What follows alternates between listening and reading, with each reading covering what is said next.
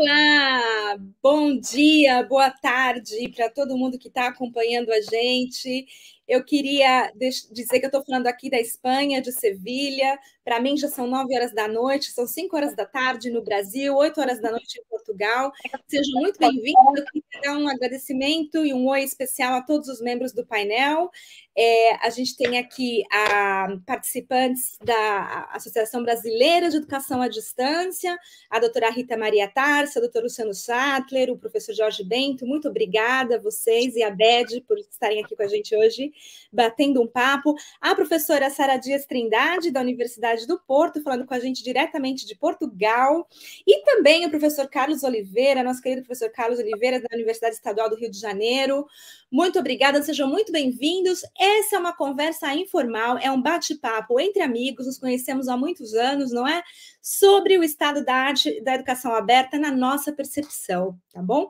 Então, em primeiro lugar, eu agradeço e eu vou pedir para vocês, assim, que de uma maneira informal, conforme a gente vai batendo um papo, que vocês vão colocando também um pouquinho da atividade profissional de vocês no momento, né, na instituição que vocês estão, com o que vocês estão trabalhando. Eu acho que para todo mundo que está assistindo a gente, acompanhando o bate-papo, vai ser legal saber um pouquinho a partir de vocês mesmos, onde é que profissionalmente vocês estão vinculados ou estão realmente situados, tá? Bom, então vamos lá. A ideia hoje é a gente falar sobre educação aberta, que é um tema super amplo, né? A gente sabe que podem ser recursos educacionais abertos, mas também podem ser práticas educacionais abertas, como a oferta de cursos massivos abertos online, os MOOCs, tem a ver com ciência aberta, tem a ver com práticas pedagógicas abertas, ou seja, microcredenciais. A definição é super ampla e a abordagem é super ampla, tá? Então, nós vamos partir desse princípio, que a educação aberta tem a ver com a inclusão, com a diminuição de barreiras e democratizar o acesso à educação e ao conhecimento, tá bom? Então, eu vou começar pedindo para o professor Luciano Sattler, que é um amigo já desde muitos anos, para começar esse nosso bate-papo. Luciano, contando um pouquinho para a gente de você, profissionalmente, e a sua percepção da educação aberta no seu contexto no Brasil hoje. Por favor, Luciano. Obrigado, Andréia. Uma alegria rever você aqui. Está na Open Education Week, então boas companhias aqui, realmente, como você disse, gente que nós estamos compartilhando uma jornada já de algum tempo, né? Sempre por boas causas, educação aberta, educação à distância de qualidade, recursos educacionais abertos. E hoje eu estava numa reitoria até o mês passado, e agora eu resolvi empreender, abrir uma EdTech, focada em microcertificação, blockchain, inteligência artificial, visibilização de competências e habilidades. Ela chama Certifiquedo.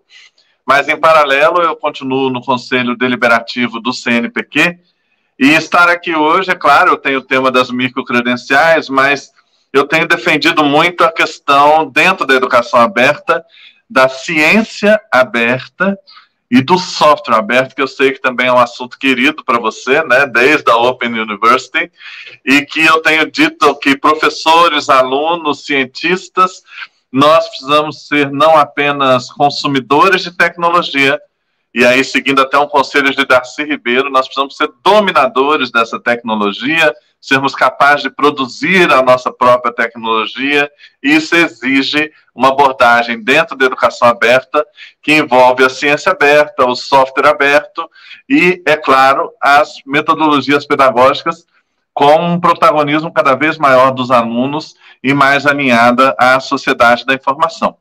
Então, uma honra estar aqui, eu estou muito feliz de estar vendo vocês, espero que a nossa conversa seja útil aí para quem nos assistir ao vivo ou depois. Ai, com certeza, Luciano, que prazer, o prazer é meu, eu que agradeço, porque, aliás, a gente quer mesmo fazer do Open Education Global uma instituição realmente global, né? Como o próprio nome diz, Educação Aberta Global é o nome dessa ONG nossa. E a Semana da Educação Aberta tem que ter essa participação de países diferentes, idiomas diferentes, e essa troca de experiências que está sendo super rica.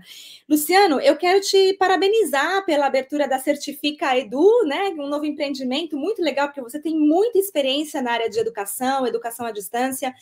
Você deve saber que eu publiquei, fui editora principal do primeiro relatório de blockchain que saiu, Blockchain Educação, se chama Blockchain Education, isso foi em 2017, é um tema que eu adoro, eu acho super relevante, muito importante para a gente, e tudo que tem a ver com microcredenciais, open badges e blockchain, eu acho que tem tudo a ver com educação aberta, né? Porque nos possibilita ter mais rotas de aprendizagem diferentes, através da educação não formal e outros caminhos de aprendizagem que a gente pode falar mais daqui a pouquinho a respeito dessa perspectiva, Luciano. Obrigada, tá? Só me permita, assim, eu conheço o seu relatório, sim, de altíssima qualidade, e toda vez que a gente vê um material produzido que tem o nome de André e Namorato, a gente tem que baixar e ler, porque é coisa de ponta e coisa boa, viu? Obrigada, Luciano. É bom saber que vocês têm essa percepção. E eu também, dos meus coautores, de todos os meus colegas de trabalho, incluindo você, que fomos colegas de trabalho também no Mackenzie já há muitos anos, né, Luciano? Muito obrigada, tá? Bom, gente, é isso. Agora eu queria, vamos ver, professora doutora Rita Maria Tárcia, um prazer enorme te rever por aqui. Por favor, entre e conte um pouquinho para a gente o que estás fazendo por aí pelo Brasil e a sua percepção de educação aberta. Vamos lá, Andréa, boa tarde, muito obrigada por essa oportunidade, estou muito feliz de estar aqui, de encontrar amigos queridos e de poder trazer um tema tão importante, tão necessário para a gente discutir educação, né? Eu sou pedagoga por formação e atuo com a educação à distância desde os anos 90. Então, eu sou da época em que não se podia falar em educação à distância na área da pedagogia, mas hoje o cenário é outro, né? Eu estou como diretora administrativa financeira da Associação Brasileira de Educação à Distância, sou também professora do Departamento de Informática em Saúde, diretora responsável pedagógica pelo Laboratório de Inovação, Empreendedorismo e Criatividade da Universidade Federal de São Paulo. Também estou como pesquisadora credenciada no mestrado profissional de ensino de ciências em saúde, né, onde a gente trabalha exatamente com a mediação tecnológica nos processos de aprendizagem, de avaliação, e também a gente discute e estuda a questão dos currículos, tá? Também atuo no campus virtual do Grupo Educacional Cruzeiro do Sul, é um grupo grande aqui no Brasil, e onde eu tenho muitos relatos do quanto é importante a educação à distância nesse nosso país.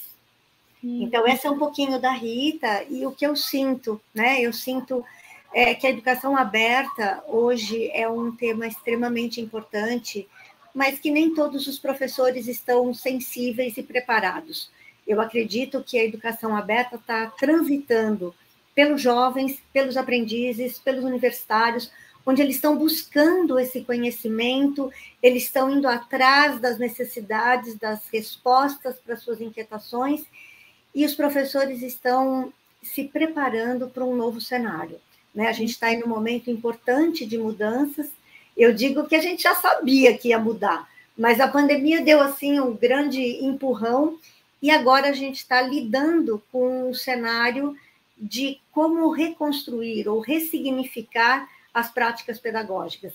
E, com certeza, na lógica do conhecimento produzido em fluxo, com esse mundo todo conectado, a educação aberta é o grande potencial de construção de novos conhecimentos, de disseminação de novos conhecimentos e de oportunidades para todos aqueles que buscam conhecer, aprender para poder transformar.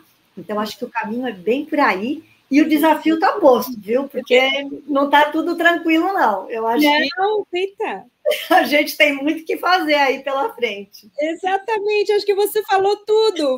Assim, realmente que é um grande caminho para a gente seguir, né? Ao mesmo tempo em que há desafios, eu estou assim, fascinada também com a sua trajetória profissional, a sua atuação no momento que está bem diversificada, né?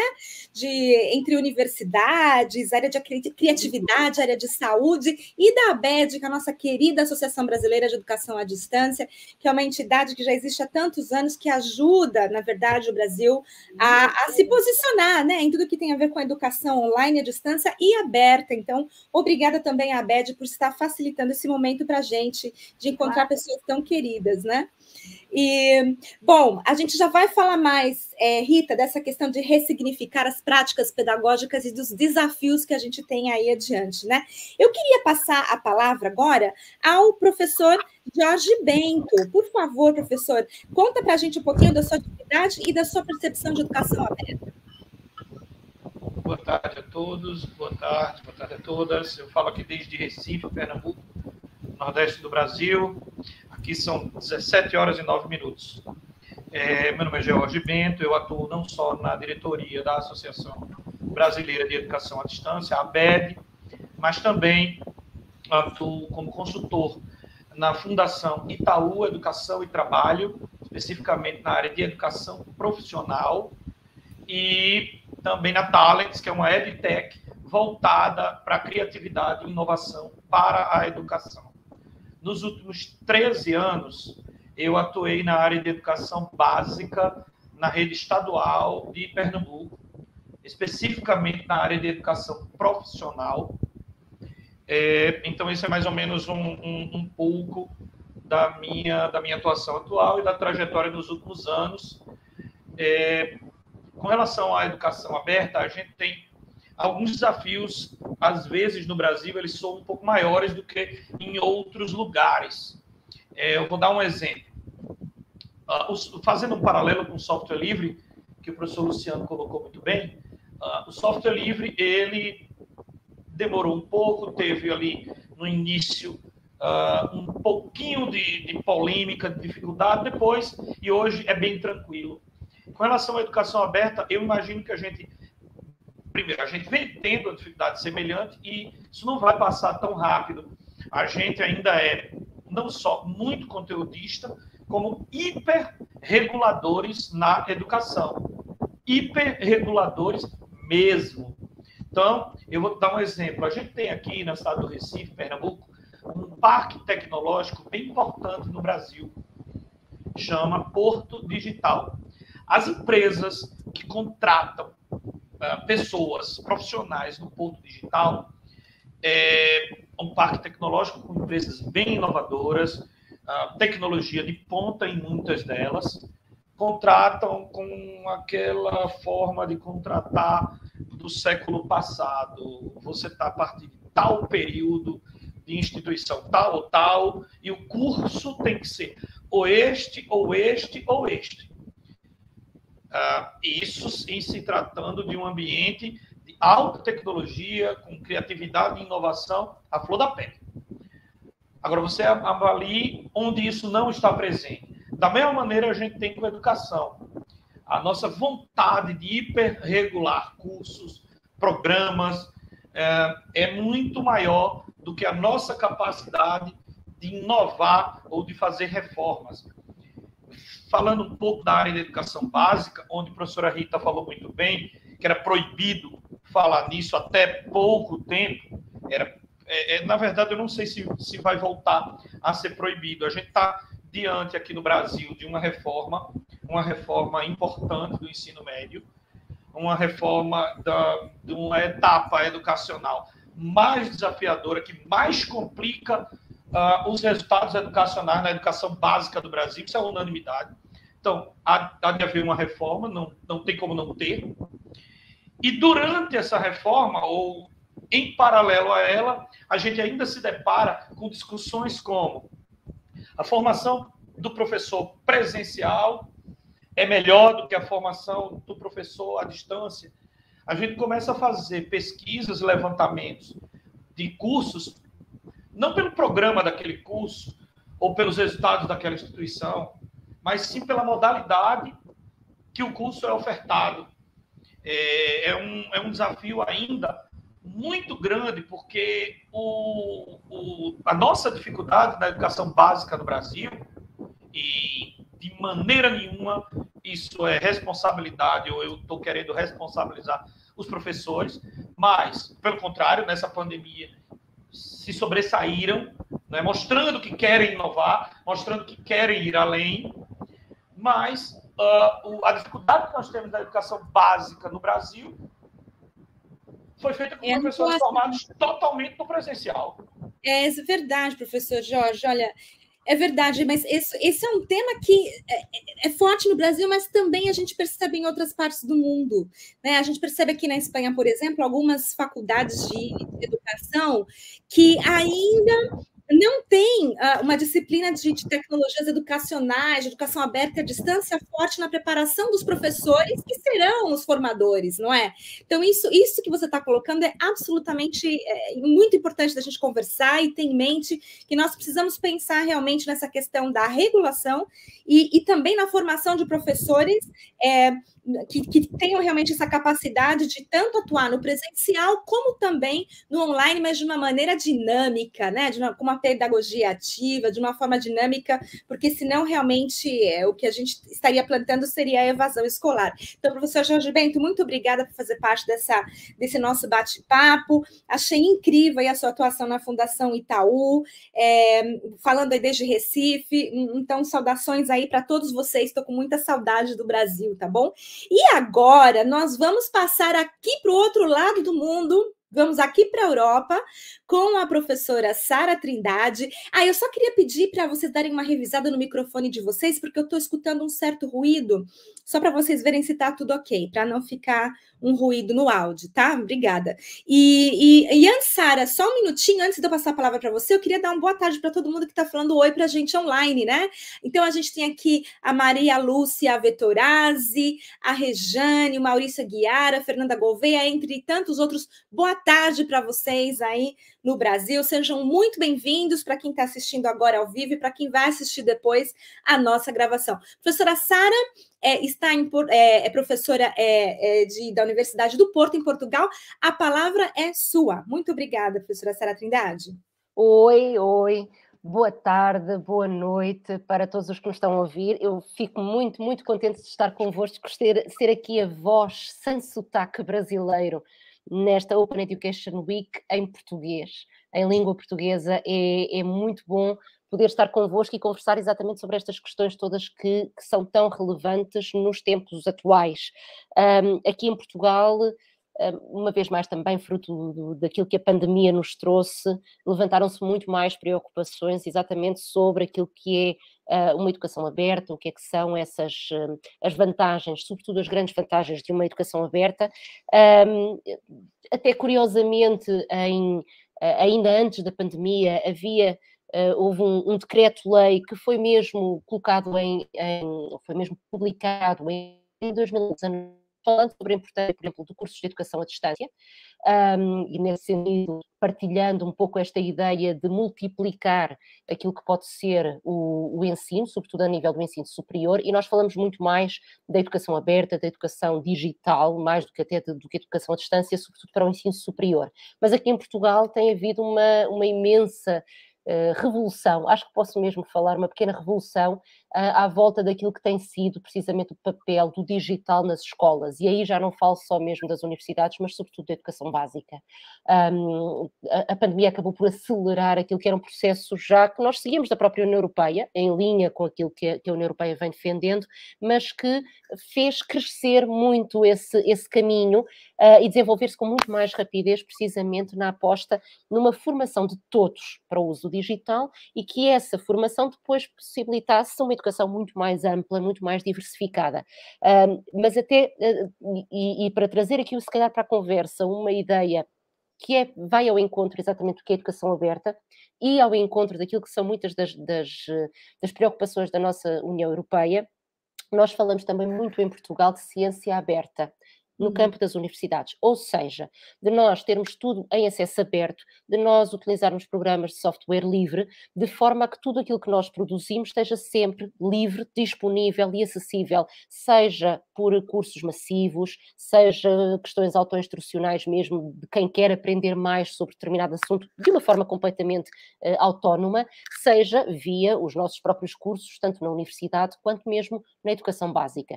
E, portanto, as duas coisas que têm caminhado muito lado a lado. Por um lado, esta preocupação com o digital e com a entrada do digital nas nossas instituições de ensino superior e não superior. Por outro lado, essa abertura de tudo aquilo que hoje em dia está disponível no mundo digital para que, de facto, nós tenhamos uma verdadeira educação aberta, porque nós temos os recursos todos também disponíveis para que essa educação aconteça. E, portanto, no fundo, é neste momento assim que nós nos encontramos, com, ainda que algumas resistências, que é natural também, é normal isso acontecer, ninguém muda de um momento para o outro, mas muita formação e muita preocupação nas mais diversas instituições de ensino, de forma a termos precisamente uma educação cada vez mais ampla. Eu, antes de passar outra vez a palavra à Andreia, até me atrevo a mencionar-vos um caso, precisamente da educação básica, que diz respeito, e foi um pouco a pandemia que nos trouxe essa noção, diz respeito precisamente à partilha das aulas quando os alunos não podem estar fisicamente na escola, que era uma coisa que antigamente não se falava tanto. E neste sentido agora há uma preocupação em começar a alargar a própria possibilidade de as crianças estão em casa por algum motivo, enfim, variado, que as impede de frequentar a escola por um dia, por alguns dias, por algumas semanas, e que possam ter ou a transmissão em streaming daquilo que está a acontecer na escola, ou de alguma forma a transmissão depois em diferido, ou o fornecimento de alguns materiais. Mas é sobretudo essa preocupação com tudo em regime aberto, de forma a poder alargar-se o acesso à educação o mais possível. Obrigada, Sara, pela sua perspectiva, por trazer também um pouco do contexto de educação básica e também superior, né, onde você está falando da ciência aberta. Eu achei interessante quando você falou que nós falamos de educação digital. É verdade, né? Nós que estamos na área de educação já há muitos anos, sabemos que nada disso é novo para a gente, né? A pandemia trouxe talvez um cenário novo para muita gente, mas para a gente que está pesquisando, estudando na área de educação à distância, online, digital, e nada disso é novidade. E é verdade também que a terminologia vai evoluindo, não é? Enfim, há muita discussão. A gente poderia fazer só uma live falando sobre terminologias, principalmente no Brasil. Eu acho que em Portugal também as pessoas adoram falar, não, porque é online, não, porque é digital, não, porque é semipresencial, é perto, é híbrido. Mas, enfim, a gente está falando realmente de uma educação que utiliza as tecnologias, não é? Para melhorar as técnicas pedagógicas e diminuir essa distância, eu diria, né? Pelo fato da gente estar geograficamente ou fisicamente distante, mas intelectualmente juntos quando estamos fazendo educação digital online e também à distância geograficamente falando. Sara, sabe, eu queria comentar uma coisa que você falou da ciência aberta, que o professor Luciano Sattler também falou no início, que na Europa a gente fez um avanço bastante grande em relação a essa questão da ciência aberta, né? Que com o uso das licenças Creative Commons, por exemplo, muitos dos projetos de pesquisa na Europa são cofinanciados pela Comissão Europeia, né? Que é o órgão executivo da União Europeia. E esses projetos agora, eles precisam ser, os resultados desses projetos de pesquisa precisam ser publicados abertamente com uma licença Creative Commons, né? Tanto os próprios relatórios produzidos pela Comissão Europeia como os resultados dos projetos científicos. Isso já é algo obrigatório e isso é uma grande vitória para a educação aberta, né? Porque ela se apresenta de várias formas, como ciência aberta, resultados de projetos, de pesquisa, né? Que circulam na sociedade para que não fiquem aí fechados só para os acadêmicos que têm acesso às revistas científicas, mas que possam circular pela sociedade. E a gente viu a necessidade da ciência aberta, principalmente durante o Covid, quando a gente precisava realmente de saber mais sobre as pesquisas na área das vacinas, e a ciência aberta foi fabulosa nesse aspecto. Então, foi muito bom, muito bem lembrado. E agora, a gente está agora aqui numa roda de apresentações, né? Agora eu gostaria de passar a palavra para o queridíssimo professor Carlos Oliveira, da Universidade Estadual do Rio de Janeiro, que também tem um papel na Organização Mundial de Saúde, que está muito envolvido com o ICDE. Enfim, professor Carlos, a palavra é sua para contar para a gente um pouquinho da sua atuação profissional e da sua perspectiva de educação aberta no Brasil. Obrigado, Andréia. Obrigado, Rita, Jorge, a minha amiga Sara, o Luciano. É bom a gente estar conversando. Obrigado pelo convite de estar aqui na Open Education Week 2023. Eu sou, nesse momento, eu sou vice-diretor do Instituto Multidisciplinar de Formação Humana com Tecnologias, da Universidade do Estado do Rio de Janeiro. Eu sou pesquisador do Laboratório de Inovação Tecnológica em Saúde da Universidade Federal do Rio Grande do Norte. E, num determinado momento da minha vida, é isso que eu queria conversar, Na área de saúde, por volta, Rita participava um pouco também dessa discussão, por volta de 2011, 2010, nós chegamos à conclusão do seguinte: não era possível ampliar a cobertura de atenção primária em saúde se nós continuássemos com aquela visão antiga de padrão ouro de formação, né? Na área de saúde tinha tal padrão ouro de formação. E isso implicava que você podia botar 25 pessoas sendo formadas. Nós estávamos criando mais de 10 mil equipes de saúde da família. Como é que nós íamos qualificar 10 mil médicos, 10 mil enfermeiras, 10 mil técnicos, 60 mil agentes comunitários de saúde? Quando nós terminássemos de formar este grupo presencialmente, nós teríamos morrido todos, seriam várias encarnações. Então, na área da saúde, isso foi muito claro para nós. E tem sido claro também para a OMS que nós precisamos da mediação tecnológica para que a gente chegue até a maior parte das pessoas, quer seja da comunidade, que precisa ter acesso à formação de qualidade, precisa ter acesso à informação. É fundamental que a gente consegue combater, Andréia, a infodemia através de informação de qualidade, em que aquele jornalista que queria saber alguma coisa sobre a pandemia, ele se informava rapidamente, mas eu tinha que qualificar no mundo inteiro, Andréia, mais de 30 milhões de pessoas que estariam salvando vidas. Então, nós, inclusive, na OMS, nós criamos um hashtag que é Learning Saves Lives, e que, em português, chamamos de aprendizagem salva-vidas. E a nossa ênfase tem sido, e também do ICDE, eu quero dizer que fazemos 85 anos este ano, é a instituição mais antiga de educação internacional, é o ICDE, e nós vamos ter a nossa conferência em Costa Rica. Então, vai ser uma festa em que nós vamos estar falando muito, Andréia, sobre a questão da aprendizagem ao longo da vida, a questão do microcredencial, porque nós estamos pensando nisso também na Organização Mundial de Saúde. Então, eu vou deixar uma provocação a todos nós. Se as universidades continuarem paquidérmicas, lentas, o conhecimento vai achar os seus caminhos para chegar até as pessoas. Não há saída para isso. A pandemia simplesmente acelerou um processo que era fazer o acesso ao conhecimento aberto e livre para todas as pessoas rapidamente. Então, é isso que nós precisamos entender, que a universidade, não só no Brasil, não. Isso eu que sou do ICDE, essa discussão acontece no mundo todo.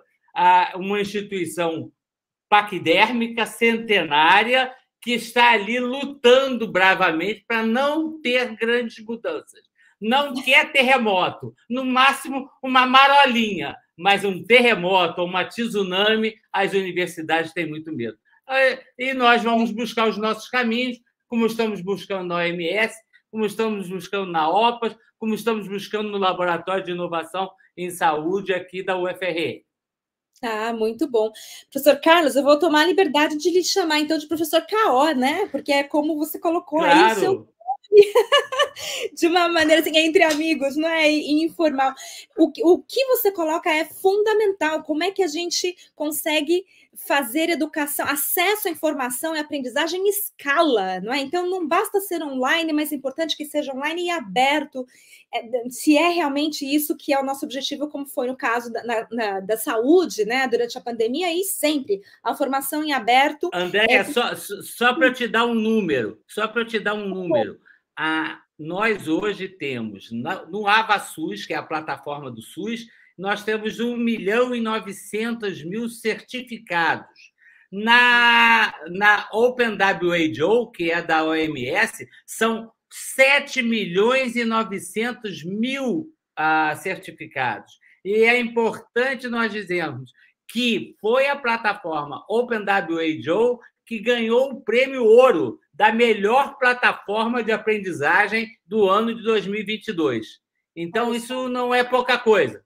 Não é pouca coisa, não. E estamos falando de coisas muito importantes. Eu gosto de ver a educação aberta, colocada, vinculada a contextos reais, aos desafios sociais. Eu sempre falo que a gente precisa manter no nosso discurso a terminologia do aberto, né? Da educação aberta e não esquecer dela, porque faz uma diferença enorme em tudo aquilo que a gente faz, esse compartilhar, como você colocou aí, professor Caol. Muito obrigada. Bom, antes de passar para as perguntas, que eu já vejo que tem algumas perguntas no chat, eu queria aproveitar para fazer alguns anúncios, né? O professor Caol falou do evento, do congresso do ICDE, né? Que será na Costa Rica, em novembro. É muito bacana, eu sei que muita gente vai estar participando, eu vou tentar ir, eu gosto muito desses eventos. Também quero aproveitar para falar do congresso do Open Education Global, né? Nós temos o nosso congresso anual. Esse ano ele vai acontecer no Canadá, na cidade de Edmonton. Ele está sendo apoiado pelo Northwest College e vai ser do dia 16 ao dia 18 de outubro.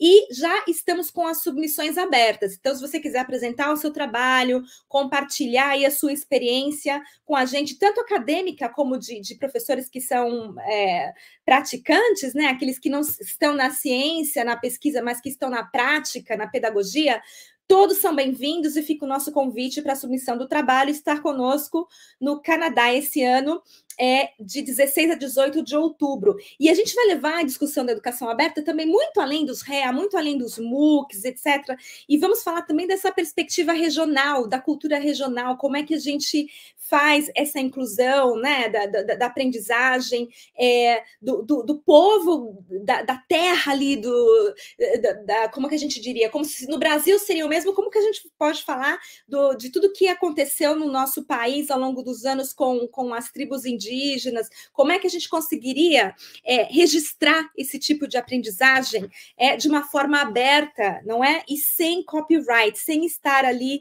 esse conhecimento que é uma legacy, não é? Como é que a gente poderia usar o aberto também de uma perspectiva cultural? Então, a gente vai tratar muito disso no Canadá e está todo mundo convidado. Outra coisa que eu queria aproveitar para convidar e para anunciar é que esta semana, não é? De 6 a 10, a Semana de Educação Aberta é mundial, são eventos que acontecem presencialmente e online no mundo inteiro. Nós tivemos mais de 340 submissões para Semana de Educação Aberta esse ano, do Open Education Global. É muita coisa, né? Tratando desde conteúdos, artefatos, como também eventos online e até alguns seminários e congressos acontecendo presencialmente em algumas instituições. Então, muito obrigada a todos que estão participando ao redor do mundo.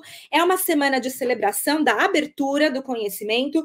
E eu queria aproveitar para dizer que, a partir do Open Education Global, a gente está fazendo um desconto especial para quem quiser se associar à Open Education Global, porque nós também temos sócios, tá? Assim como a BED também tem sócios, e eu também sou sócia da BED, né?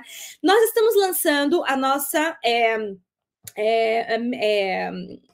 associação individual, tá? Se você quiser ser um membro do Open Education Global, um membro individual, porque a sua instituição ainda não é membro, ou você quer conhecer melhor o nosso trabalho, você é muito bem-vindo e bem-vinda.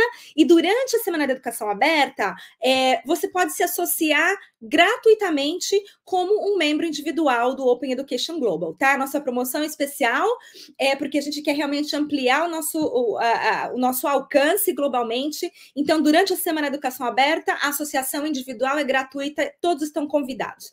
Também temos descontos especiais para instituições, tanto de educação primária, secundária, básica ou superior, e até mesmo empresas que estão na Europa, e na América do Norte.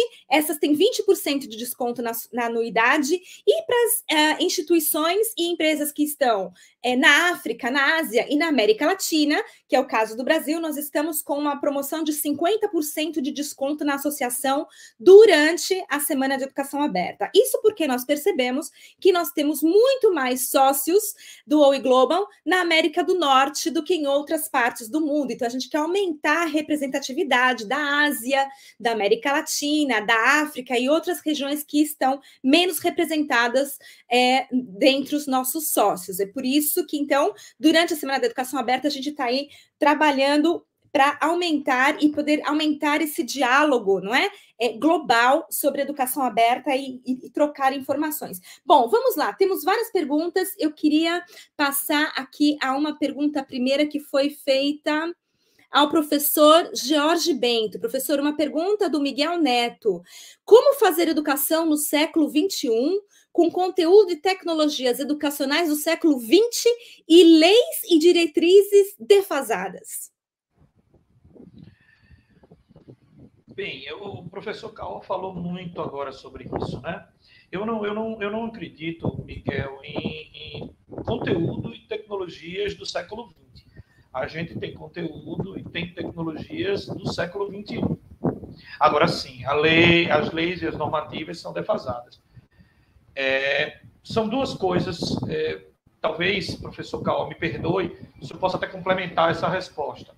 Mas eu penso em duas coisas, primeiramente. A primeira é a universidade. A universidade precisa mudar. A universidade precisa mudar. A gente não pode mais ter currículos tão defasados como nós temos hoje. Isso daí, a gente não vai para canto nenhum e vai continuar atrasando o Brasil na história enquanto a gente não tiver coragem de fazer as reformas educacionais necessárias. Essa é a primeira coisa. A segunda pelos movimentos que eu tenho visto no Ministério da Educação, eu estou muito otimista. É investimento forte, investimento maciço na educação básica. Mais uma vez, também, o Brasil, vem se atrasando na história pelos históricos baixíssimos investimentos na educação básica. Não só na questão das diretrizes e das leis, mas também em reformas para diminuir a quantidade de conteúdo que é preciso que seja passado. Então, formação de professor, conteúdos mais racionalizados, investimento na educação básica em escolas, eu acredito que a gente supera isso num período de tempo não tão grande quanto a gente imagina. Me perdoe, professor Caó, caso o senhor queira complementar, porque o senhor falou muito bem sobre esse assunto há minutos atrás. Obrigada. Jorge, muito obrigado pelo convite, mas vou deixar a nossa coordenadora da mesa passar ou não as palavras. Fica à vontade, professor Caó. Quer complementar? Quer falar mais alguma coisa? Não, muito breve. Acho que o Jorge está certo. A gente precisa realmente pensar essa questão da formação de professores, por isso é imprescindível os trabalhos que, por exemplo, a Rita faz em trazer essa discussão para dentro de uma universidade federal de ciências da saúde original, né? Uma histórica universidade com o seu curso da Faculdade de Medicina. Então, levar essa discussão e fazer mudanças de prática, porque o importante é isso, mudar práticas. Mas você está correto. Eu também estou muito confiante que nós vamos poder discutir coisas e tendo como fazer, Andréia, buscar fazer a ponte entre os excluídos que não tiveram acesso à educação durante a pandemia, aquelas crianças que nós estamos tendo que fazer busca ativa para trazê-las de volta para a escola. Então, concordo completamente com vocês nessa discussão e obrigado pelo carinho de deixar eu complementar. Claro, professor Caó, e aproveitando que nós estamos falando desse tema, eu queria já aproveitar também para lembrar todo mundo que na programação da Open Education Week, amanhã a ABED tem um evento especial às 14 horas do Brasil, não é? que é Educação Aberta e Democrática numa Perspectiva Brasileira. E vão estar presentes nessa mesa o professor Jorge Bento, a professora Rita Maria Tárcia e também o professor Luciano Sattler, desenvolvendo esse assunto com mais tempo, né, e com mais foco, que hoje a gente está aqui num bate-papo, mas é um tema muito importante. Então, fica todo mundo convidado para essa sessão de amanhã, organizada pela ABED, às 14 horas do Brasil, também ao vivo, tá bom? E gravada, e tudo depois vai ficar disponível lá no nosso YouTube. Bom, eu queria também aproveitar que a Beth colocou aqui no chat, né, já que a gente fez alguns anúncios, que a submissão dos artigos para o 28º CIAED está aberta, né, o prazo de submissão de artigos, que é o Congresso Internacional da ABED de Educação à Distância, que acontecerá de 15 a 18 de outubro no Rio de Janeiro. Olha só, se os nossos congressos do OE Global e da ABED não estivessem coincidindo esse ano, eu gostaria de estar lá com vocês no Rio de Janeiro, participando do congresso da ABED. Eu não vou estar, mas eu espero que quem esteja no Brasil que possa estar presenciando e participando desse congresso da ABED, que é sempre maravilhoso. Eu adoro, acho que é sempre um congresso muito bem frequentado, desde da perspectiva acadêmica como da perspectiva prática. Eu sempre aprendo muito e compartilho muito ali, além de ver os amigos. Então, fica o convite também para o congresso da ABED, de 15 a 18 de outubro, no Rio de Janeiro. Agora eu passo a palavra para a professora Rita, que eu acho que ela quer complementar alguma coisa em relação ao que a gente vem conversando. Por favor. Quero sim, Andréa. Obrigada por divulgar o evento da ABED. Realmente é um evento multiprofissional, interprofissional, que atende toda a cadeia produtiva da EAD, e é um evento assim da comunidade de educação à distância no Brasil.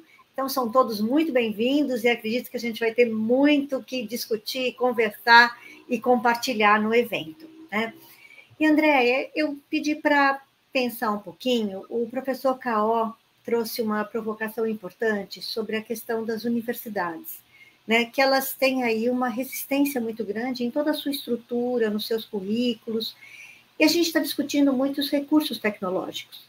Mas eu queria trazer para a nossa reflexão uma questão em relação às estruturas de poder que são fortemente impactadas pela educação aberta. A nossa história no Brasil, a história da educação no Brasil, é uma educação de elite.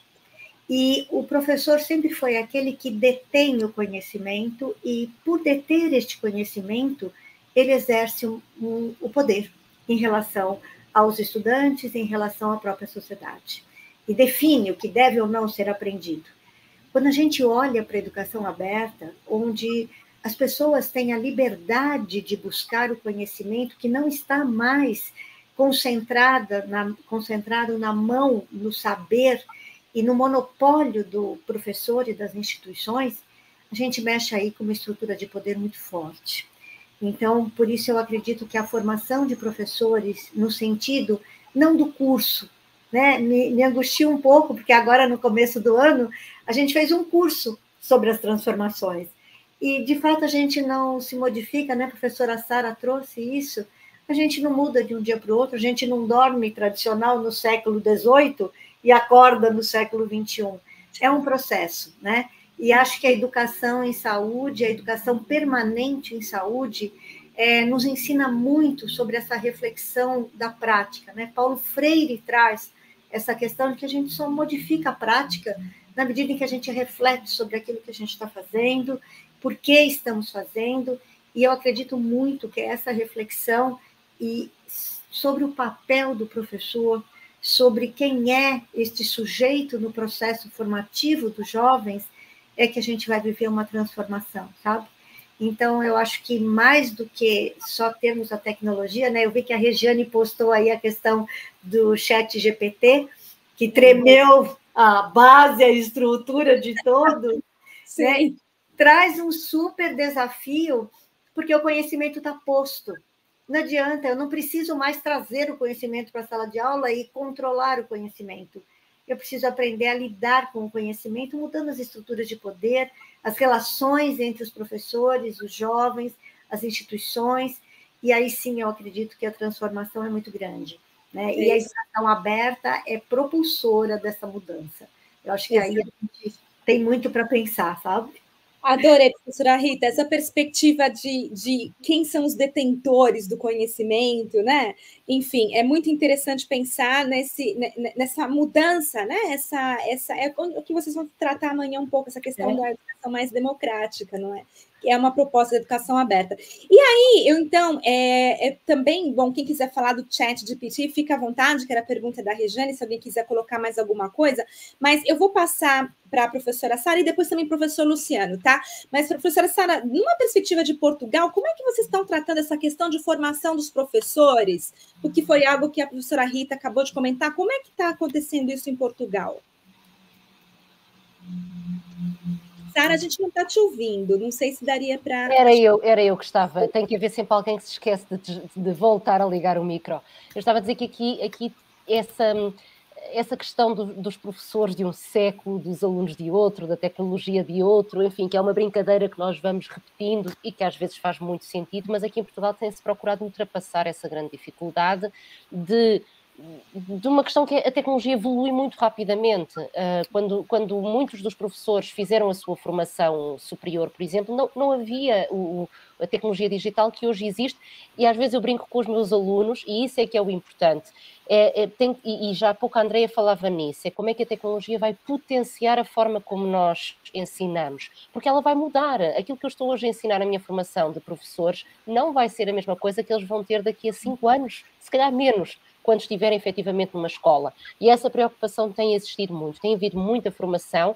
Houve um plano mesmo do próprio Ministério da Educação português, houve planos das universidades, porque nós temos autonomia na universidade para fazer a nossa própria formação e, portanto, cada uma delas o fez. Eu, por exemplo, quando ainda estava na Universidade de Coimbra, fazia formação para os meus colegas em Coimbra, agora no Porto faço formação para os colegas do Porto, e, portanto, há essa preocupação não de pensar como funcionam os botões, mas como é que eu posso efetivamente utilizar isso em meu auxílio na formação. E, portanto, se nós trabalharmos esse lado cognitivo de aprender a usar algo em nosso favor no processo educativo, nós, à partida, teremos sempre alguma capacidade de ir acompanhando a mudança tecnológica. E é esse botãozinho que precisa ser mudado na cabeça de alguns professores e de alguns alunos, porque nós falamos muito no professor, mas por vezes o aluno também é muito agarrado a uma forma de estar na escola que é uma forma do século passado, não é uma forma deste século. E, portanto, não é só o professor que precisa de mudar o seu chip, é o estudante também que tem que o fazer. E a propósito disso do ChatGPT, eu não resisto a comentar que, claro, isso lançou pânico.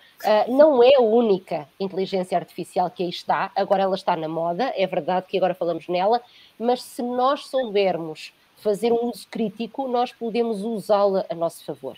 Mesmo na educação à distância, a forma como aí levava-nos a uma outra discussão, que, por exemplo, que é a avaliação na educação, e se nós repensarmos também isso, nós percebemos que se nós estamos a falar de uma ciência aberta, estamos então a falar de conhecimento disponível em todo o lado. Então aquilo que nós precisamos de nos preocupar é como é que nós fazemos o uso desse conhecimento todo que está por todo o lado. E, portanto, é mais o pensamento crítico sobre o que temos e não tanto a preocupação de que existem agora mecanismos que nos trazem alguma informação. Até porque quem já brincou um pouco com essas inteligências artificiais também consegue perceber onde às vezes estão os limites dessa inteligência artificial. Então, acho que é ir encarando com um pensamento positivo e ir fazendo formação, que é isso que temos também feito cá.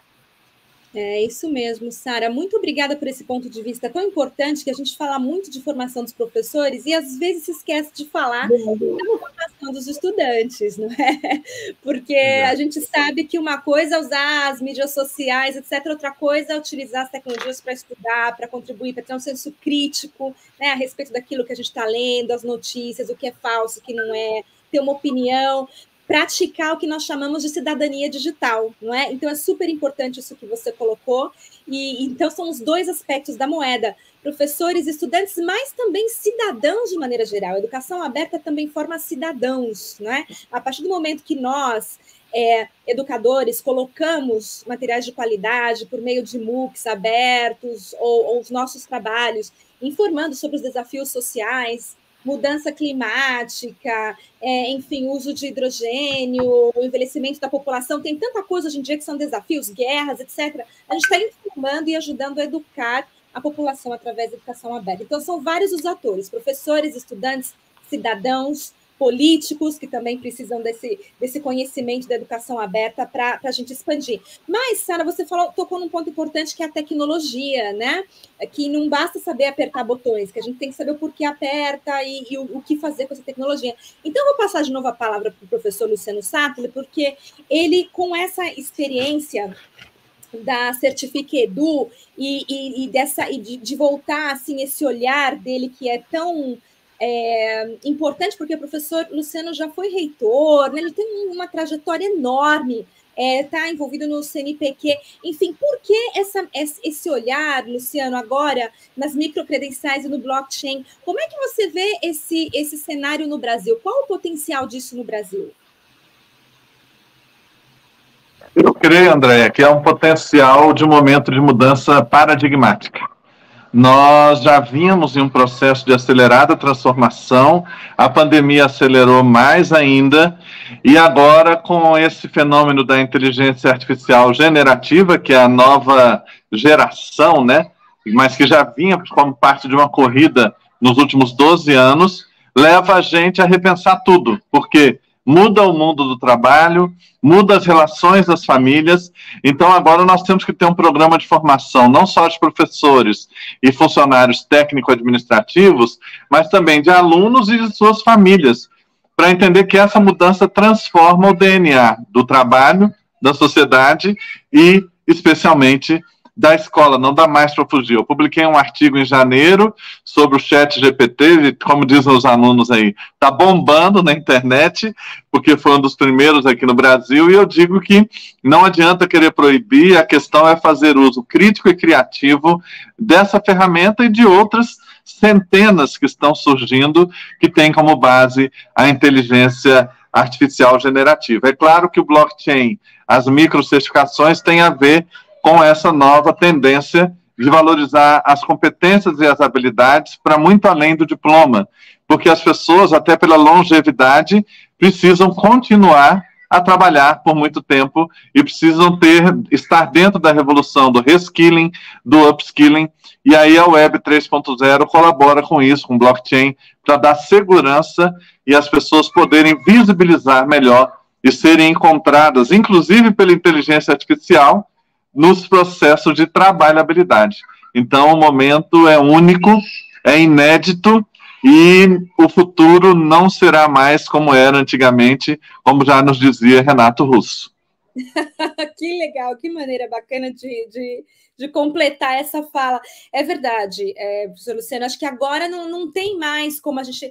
Né, não tem mais aquele achismo, né, de que a educação online, educação à distância, não, isso é uma realidade, a gente precisa disso até para o mundo do trabalho, como vocês mesmos colocaram, né, a pandemia acelerou muita coisa, muita gente trabalhando de casa hoje, utilizando a tecnologia. Então, trabalhar com tecnologia, mas também fazer esse reskilling, né, que do inglês seria a gente fazer uma formação permanente mais rápida das pessoas que atuam no mercado de trabalho, hoje em dia é uma necessidade. Então, as microcredenciais entram muito bem aí, em vez de você esperar, claro, podemos continuar com o sistema tradicional de educação, mas, além disso, complementar com sistemas mais rápidos de formação permanente, né, de educação continuada para o mercado de trabalho. Então, com microcredenciais, cursos mais curtos, e blockchain é uma maneira da gente garantir, então, a validade dessa certificação, né, e de uma maneira atemporal,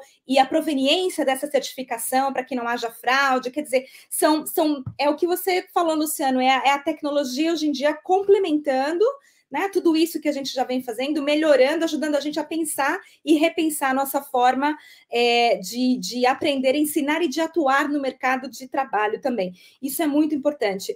Bom, a gente tem assim uns 5 minutinhos para terminar. Antes de terminar, então, eu gostaria de aproveitar para fazer outro anúncio e depois eu vou já pedir para cada um de vocês dizer assim uma palavra, uma frase para a gente encerrar esse nosso bate-papo, tá? E a pergunta é, na sua opinião, qual é o futuro da educação aberta no Brasil e para a Sara, qual é o futuro da educação aberta em Portugal? Pensem nisso, uma frase, uma palavra para a gente concluir e eu vou para o meu último anúncio, que é o seguinte.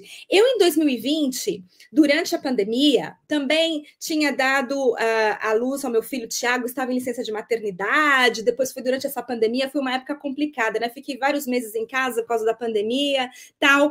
Tinha, às vezes, um pouquinho de tempo livre, né? Que a gente sabe que mãe, lá no início, assim, é complicado. Mas o que eu fiz? Eu sempre tive vontade de gravar um curso sobre REA, Recursos Educacionais Abertos, Educação Aberta, e eu gravei 10 videoaulas da minha casa mesmo, como eu estou fazendo hoje, assim, com vocês falando, com os conceitos principais de Recursos Educacionais Abertos e REA, um curso introdutório que vai caminhando, vai te levando passo a passo a entender o que é educação aberta, o que são os REAs, licenças abertas, o Marco Europeu de Educação Aberta, Open Edu. Então, é um curso bem completo em português, em 10 videoaulas, tá bom? Que eu estou utilizando esse ano, a Semana da Educação Aberta, como uma oportunidade de disponibilizar esse curso gratuito, abertamente, a todos os falantes de língua portuguesa.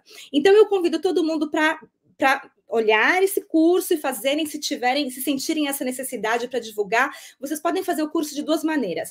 Abertamente no YouTube, tá? Todas as aulas já estão lá no YouTube, no meu canal, o YouTube da professora Andréia Namorato, ou então de Sago Education, né? Que também é da professora Andréia Namorato, ou então, isso sem certificado, tá? Também está com licença aberta, vocês podem reutilizar os vídeos à vontade. Se quiserem ter certificado de participação, que é algo que às vezes faz falta para a gente, né? Nessa questão do reskilling que o professor Luciano estava falando. Vocês também podem fazer através de um registro, que também está colocado lá no YouTube, vocês fazem um cadastro e fazem o curso a partir de uma plataforma que vai oferecer um certificado de participação no curso automaticamente, tá? Então, você pode escolher fazer o curso com ou sem certificado. Depois dessa nossa live, às 18h30 do Brasil, eu vou fazer uma live com o lançamento do curso REA. E eu convido todo mundo, então, a participar. Quem quiser saber mais, eu vou falar o que a gente vai ver em cada uma dessas 10 aulas. E eu estou muito contente de poder disponibilizar isso com acesso aberto e aproveitar a Semana da Educação Aberta para fazer isso, para fazer esse lançamento, tá bom? Bom, vamos fazer um tour de table para terminar, já agradecendo a participação de todo mundo que está acompanhando a gente ao vivo, está colocando comentários no chat, todo mundo que vai assistir depois. E agora eu vou começar com a última pessoa que falou, que foi a primeira depois que falou, né? Luciano, por favor, como é que você gostaria de terminar essa nossa conversa hoje? Eu creio que nós precisamos terminar dando esperança uns aos outros para a gente renovar as forças. O momento pede a unidade de quem já está tratando desse tema há muito tempo, porque tem muita gente nova chegando, precisando de orientação científica, conhecer o estado da arte, encontrar gente boa, então que possam participar dos eventos da ABED, dos eventos da Open Education Week e de outras iniciativas como essa, porque nós agora vamos ter que aprender sempre e não parar mais aí de nos dedicarmos a conhecer esse novo mundo e construir um mundo melhor a partir de agora. Obrigada, professor Luciano. Muito obrigada também pela brevidade, que a gente já está chegando no final, né, do nosso horário. Professor Jorge Bento, como gostaria de terminar? Eu vou com a professora Rita, quando ela diz que as coisas já estão em todos os lugares, o conhecimento, a informação, o conteúdo, e que essa ideia de superregular tudo para que ela chegue da sua maneira para um interlocutor não vai ter muito futuro. E aí, repito o que o Luciano falou, vamos estudar, vamos conversar. Obrigada, professor Jorge Bento, é isso mesmo, vamos conversar, vamos continuar, não é, trazendo esse tema à tona. Professora Sara Trindade, por favor, como terminamos? Eu acho que tem que ser sempre com uma mensagem positiva, não é? Pensarmos sempre que estas tecnologias e o facto de nós cada vez mais pensarmos e falarmos em educação aberta só nos levam mais longe. Melhores mais conhecedoras, mais aptos para enfrentar sempre aquilo que é o mundo desconhecido. E nós acho que cada vez mais vamos percebendo que a educação tem que estar sempre presente, e o facto de nós termos acesso a essa educação nos mais variados canais, precisamente nos cursos abertos, em tudo aquilo que nós podemos fazer de forma autónoma ao longo da vida, só nos enriquece. Isso só faz com que a educação prospere um pouco por esse mundo fora. Portanto, parecendo um pouquinho filósofa, mas acho que gosto de permanecer com essa filosofia positiva, precisamente, e esta ideia de que a tecnologia e a educação, andando de mãos dadas, só nos dão a ganhar muito na nossa vida. Muito obrigada, professora Sara, é isso mesmo. Eu queria aproveitar, me colocaram aqui um WhatsApp perguntando como é que eu acesso o curso para ter o certificado, é o curso gratuito, né, de REA. É o seguinte, é pela minha página web, tá, que é andreinamorato.com, aí você coloca andreinamorato.com/curso REA-inscrição, porque para emitir o certificado, obviamente, a gente precisa do seu nome completo, seus dados, né? Então é isso, através da minha página web, andreinamorato.com/ tudo junto, curso REA-inscrição, sem ser cedilha e sem tio, tá bom? E o curso livre aberto no YouTube, no meu canal. Bom, vamos lá então. Professor Carlos Oliveira, qual que é a sua mensagem para a gente concluir? Olha, primeiro, André, obrigado pelo convite. Acho que foi uma oportunidade da gente trocar. Queria terminar com essa questão de que a educação aberta, a formação aberta, a aprendizagem ao longo da vida, para nós, principalmente na área de saúde, não há uma competição com as instituições. Na verdade, como você colocou muito bem, é o caminho de complementação do mundo real, né? É trazer o mundo real para os currículos, e esse mundo real nós vamos conhecer em cada um desses lugares. E, portanto, já aproveito e convido vocês para um painel que é da Unesco, que vai acontecer na quinta-feira. Eu participo desse painel, que é OER Dynamic Coalition Webinar, que é justamente nós vamos estar conversando sobre o estado da arte dos REA, né, dos recursos educacionais abertos, por conta da regulação da Unesco de 2019. Portanto, muito obrigado, sempre com muita esperança. O caminho está aberto, nós vamos ter que caminhar, e é isso mesmo.